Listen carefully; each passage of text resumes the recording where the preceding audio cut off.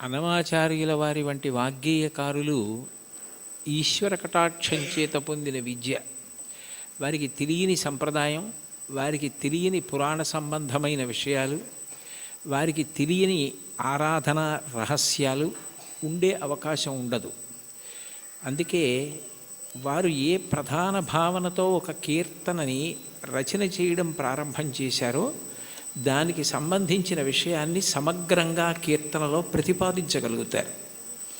మీరు ఈ కీర్తనని పరిశీలిస్తే ఆయన కొండలలో నెలకొన్న కోనేటి రాయడువాడు అని ప్రారంభం చేశారు. శ్రీవేంకటేశ్వరుడు కొండలలో నెలకొన్నాడు, 7 కొండలలో ఉన్నాడు అన్న విషయం అందరికీ తెలుసున్న విషయం.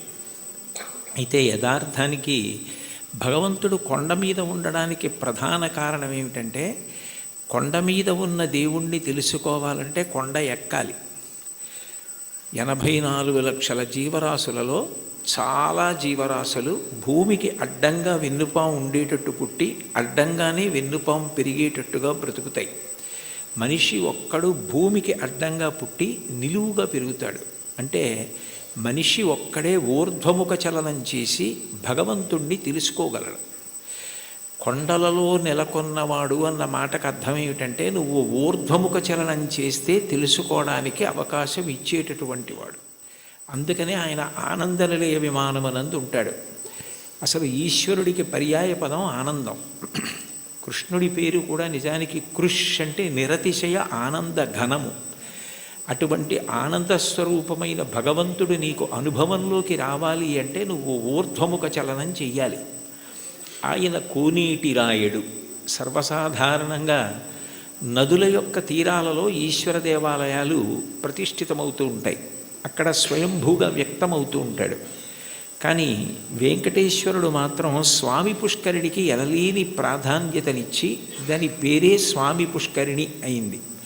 శ్రీ వెంకటేశ్వర సుప్రభాతానికి సంబంధించి మనం ఇచ్చే మంగళహారతి శ్లోకాల్లో కూడా శ్రీవైకుంఠ విరక్తాయ స్వామి పుష్కరిణీ తటే రమయా రమమాణాయ వెంకటేశాయ మంగళం అంటాం.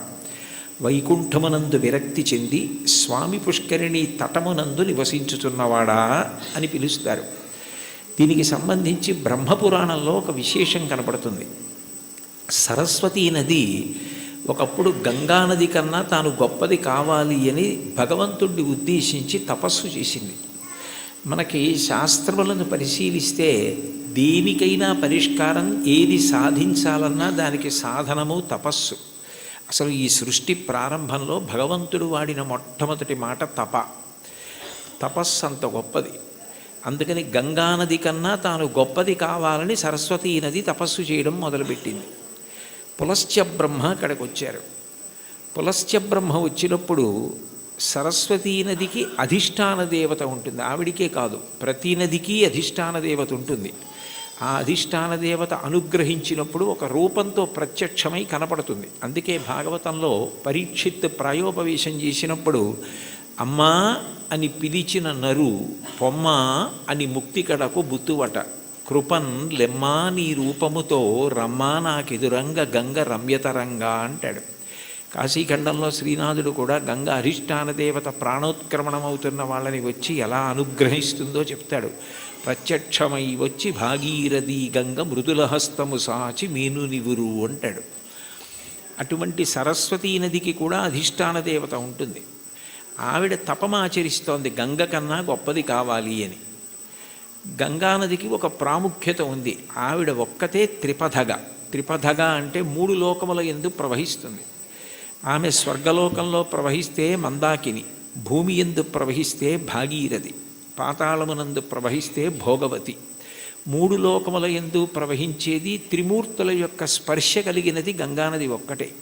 బ్రహ్మకమండలంలో ఆయన నిత్య వ్యాపారము చేసుకోవడానికి అంటే నిత్యకర్మ చేయడానికి ఉపయుక్తమవుతుంది. ఆదావాది పితామహస్య నియమ వ్యాపార పాత్రీజలం అంటారు శంకరాచార్యులు వారు గంగాష్టకం చేస్తూ. ఆ తర్వాత బలిచక్రవర్తి వామనమూర్తికి 3 అడుగుల నేల దానం చేసినప్పుడు ఆ వామనమూర్తి భూమిని కొలిచి ఆకాశాన్నంతటినీ కొలిచేస్తూ పెరిగిపోయాడు. ఇంతంతై వటుడింతయై మరియు తానింతై అభోవీధిపై అంతైతో యదమండలగ్రమణ కల్లంతై ప్రభారాశిపై అంతై చంద్రునకంతయై ధ్రువినిపై అంతై మహర్వాటిపై అంతై సత్యపథోన్నతుండగుచు బ్రహ్మాండాంత సంవర్ధియ్యి అని. అలా పెరిగిపోతున్నప్పుడు ఆయన పాదం వస్తోంది. చూడండి, మీ పాదం మా ఇంట్లో పెట్టండి అంటారు. మీ పాదం మా ఇంట్లో పెట్టండి అంటే వాళ్ళ ఇంట్లో కూర్చుని పాదం జాపి వాళ్ళ ఇంట్లో పెడతాడా? కాదు. మీ పాదం మా ఇంట్లో పెట్టండి అంటే మీరు మా ఇంటికి రండి అని. విష్ణు పాదం వస్తోంది అంటే విష్ణు వస్తున్నారని. విష్ణువెవరు? బ్రహ్మగారికి తండ్రి. అందుకని బ్రహ్మగారు గబగబా సత్యలోకంలోంచి బయటికి వచ్చి, మా నాన్నగారి పాదం బయటకు వస్తోంది, కొడుకుగా మా నాన్నగారు వస్తున్నప్పుడు ఆయన కాళ్ళు కడగడం నా కర్తవ్యం అని తన పుట్టిల్లిద పొమ్మటంచునజుడున్ తన్నాభిపంకీరుహంబు నిరీక్షించి నటించి ఉన్నత పదంబున్ గాంచి తత్పాదశీచనముంచేస కమండలూదకములన్ చల్లించి తత్తోయముల్ వినువీధిన్ ప్రవహించే దేవనదిగా విశ్వాత్మకీర్తి ప్రభన్ అంటారు. బ్రహ్మగారు విష్ణుపాదములు గడిగారు ఆ గంగాజలాలతో. తర్వాత భగీరథుడు తపస్సు చేస్తే గంగ పైనుంచి కింద పడుతున్నప్పుడు మధ్యలో పరమేశ్వరుడు దాన్ని పట్టాడు. భవాంగపతితంతోయం పవిత్రమితి పస్పృశు అంటారు రామాయణం బాలకాండలో. శివుడి యొక్క శరీరానికి అంతటికీ తగిలి గంగ ప్రవహించింది. ముగ్గురు మూర్తుల యొక్క స్పర్శని పొందింది. జహ్ను మహర్షి తాగి బయటికి వదిలిపెట్టారు.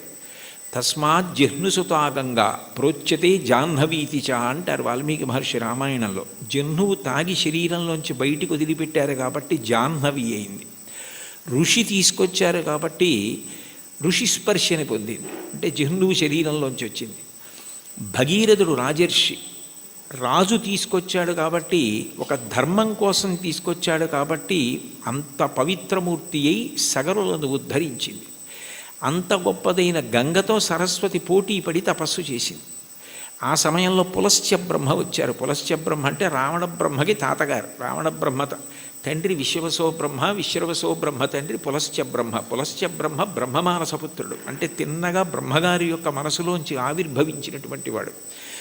అంత గొప్పవాడైన పులస్త్య బ్రహ్మ వస్తే, సరస్వతీ నది తపస్సు చేస్తున్నాను కదా, ఇప్పుడు నేను లేవవలసిన అవసరం ఏముందని లేవలేదు, స్వాగతం పలకలేదు, అర్ఘ్యపాద్యాదులు ఇవ్వలేదు.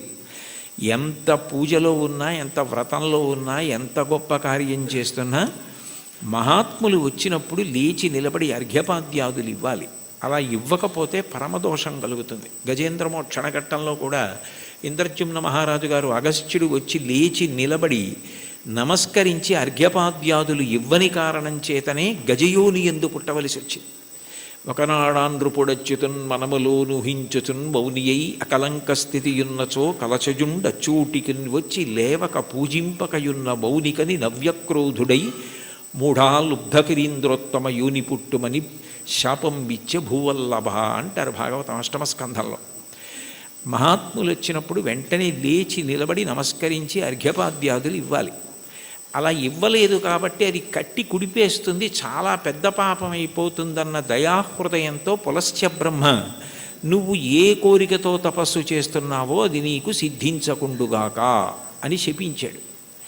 ఆమె చాలా కిన్నురాలైంది. ఇంత గొప్ప కోరికతో నేను తపస్సు చేస్తున్నాను, ఈయన నా కోరిక తీరకూడదని శపించాడు అని బాధపడి, ఈయన బ్రహ్మ యొక్క వంశంలో బ్రహ్మమానసపుత్రుడై వచ్చాడు. కొడుకు విశ్వవసో బ్రహ్మ. ఆ తర్వాత ఎంత గొప్పవాళ్ళు రావాలో ఈ వంశంలో. నీ వంశము రాక్షస వంశమైపోతుంది, బ్రహ్మకోవిదులు రారు, ఇక పైన రాక్షసులు పుడతారు నీ వంశంలో అని శపించింది. ఆయన చాలా బాధపడి, నువ్వు నన్ను ఇట్లా శపించావు, ఆమె త్రిపథ గంగ, ఆమెతో సమానం ఎట్లా కాగలవు? అందుకని నీ దోషము పోయేటట్టు, దాని వలన నీకు ఇబ్బంది రాకుండా ఉండేటట్టు నువ్వు ఎటూ గంగతో సమానం కావడం సాధ్యం కాదు కాబట్టి నేను దానినే శాపవాక్కుగా వదిలే. కానీ నువ్వు నా పట్ల చాలా క్రౌర్యంతో ప్రవర్తించి నా వంశమే రాక్షస వంశం అవ్వాలని శపించావు, శాపావకాశం ఇమ్మన్నాడు. అంటే సరస్వతీ నది అందరూ రాక్షసులైన ఒకడు మహాధర్మాత్ముడు నీ వంశంలో పుడతాడని అందుకే విభీషణుడు పుట్టాడు. తర్వాత సరస్వతీ నది మళ్ళీ తపస్సు చేస్తే నారాయణుడు ప్రత్యక్షమై, గంగతో సమానం నువ్వు కావడం సాధ్యం కాదు, ఆమె త్రిపథగా, అందుకని అట్లాంటి వరం ఇవ్వలేను, కానీ నేను నీకు ఒక ప్రత్యేకమైన వరం ఇస్తున్నాను. సృష్టిలో ఎక్కడా లేని ఒక గొప్ప పుష్కరిణివి నువ్వు అవుతావు. నీ యందు 300 కోట్ల తీర్థములు వచ్చి చేరుతాయి. తీర్థం అంటేనే ఋషుల యొక్క నియమాలు తపఫలాలు అందులో నిక్షేపింపబడి ఉంటాయి. అటువంటి 300 కోట్ల తీర్థములు నీ యందు ప్రవేశిస్తాయి. కలియుగంలో నేను శ్రీవేంకటేశ్వరుడు అన్న పేరుతో అవతరించినప్పుడు నీ పుష్కరిణి సమీపంలో అవతరిస్తాను. అవతరించినప్పుడు ఎందరో వచ్చి నీ యందు స్నానం చేసి కృతార్థులవుతారు. పుష్కరిణిలలో నీకన్నా గొప్పది ఇక ఉండదు. నువ్వే గొప్పదాని అవుతావు. నీకంత గొప్ప వరం ఇస్తున్నానని వరం ఇచ్చాడు. అందుకని సరస్వతి నది పుష్కరిణిగా వచ్చింది. స్వామి పుష్కరిణిగా వస్తే శ్రీ వెంకటేశ్వరుడు సాక్షాత్ శ్రీమన్నారాయణుడు వెంకటేశ్వరుడిగా అవతరించాడు. కొండలలో నెలకొన్న కోనేటి రాయడు వాడు అంటే ఎప్పుడో తానిచ్చిన వరాన్ని నిజం చేయడానికి సరస్వతీ నదిని పుష్కరిణి చేసి ఆ పుష్కరిణి ఒడ్డున వెలిసినటువంటి దయామూర్తి. అందుకే స్వామి పుష్కరిణి స్నానం సద్గురోహో పాదసేవనం ఏకాదశి వ్రతం చాపి త్రయం అత్యంత దుర్లభం అంటారు. స్వామి పుష్కరిణి స్నానం అంత గొప్పది.